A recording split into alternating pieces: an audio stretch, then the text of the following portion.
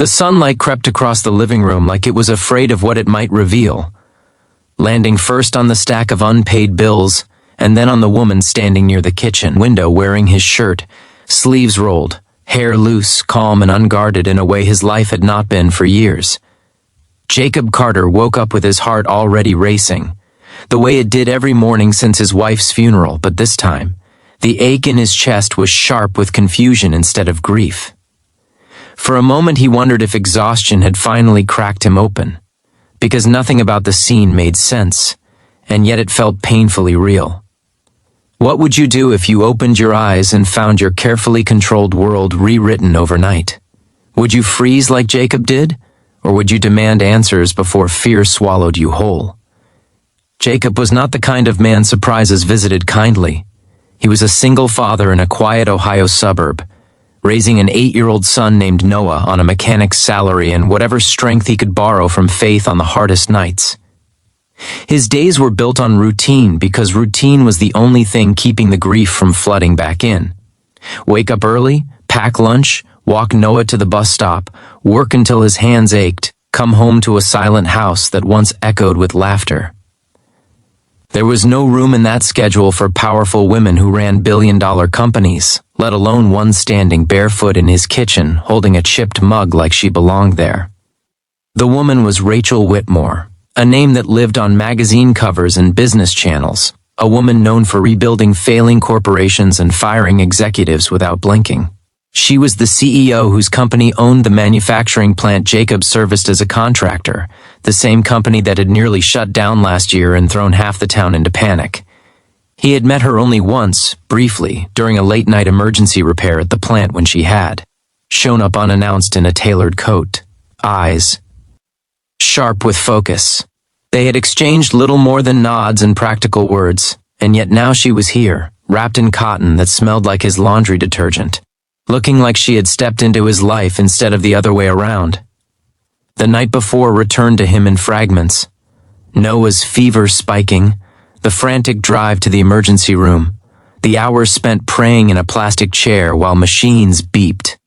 Rachel had been there, coincidentally or providentially, visiting a sick relative, recognizing Jacob from the plant, offering help when she saw him unravel.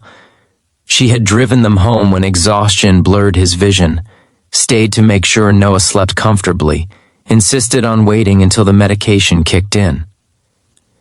Jacob remembered collapsing on the couch, the weight of months crashing down on him, and then nothing. Now morning had arrived with questions he was afraid to ask. Rachel's presence stirred something deeper than shock. It stirred anger at himself for letting his guard down, shame for the state of his home, and a fear that he could not name. His life had taught him that good things rarely stayed, and powerful people never noticed men like him unless something was at stake. He wondered if you would feel the same way, caught between gratitude and suspicion, wanting to believe kindness could exist without strings attached. The world had taught Jacob that hope was dangerous, especially for a man who had already lost everything once. Rachel turned toward him, and the confidence she carried like armor in public softened into something human and fragile. Her eyes moved over the room, the photos on the wall of a smiling woman who was no longer alive, the drawing taped to the fridge with a crooked magnet, the worn couch where Jacob had slept more nights than he cared to admit. She did not rush to explain herself. Instead, she breathed in slowly, as if steadying herself for a truth that might hurt both of them. When she spoke, her words were not sharp or rehearsed like the speeches that made investors cheer. They were quiet, heavy, and honest, and they landed on Jacob like a weight he could not dodge.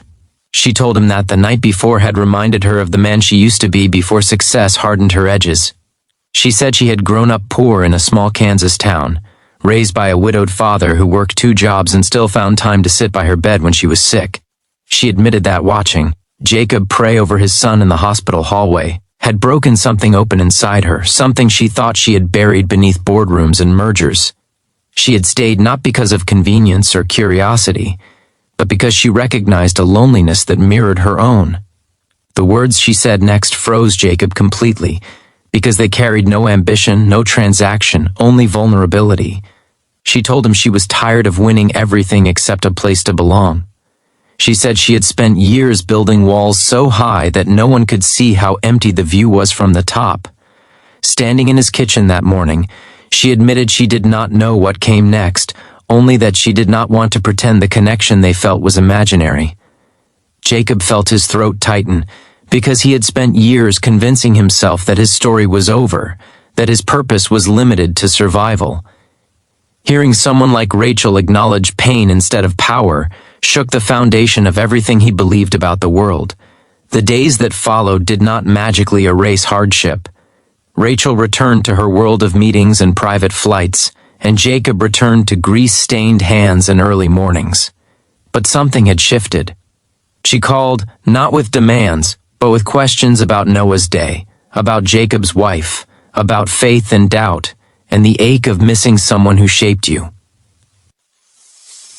Jacob struggled with guilt, wondering if opening his heart was a betrayal of the love he had lost. He wrestled with fear, knowing how different their lives were, how easily she could walk away.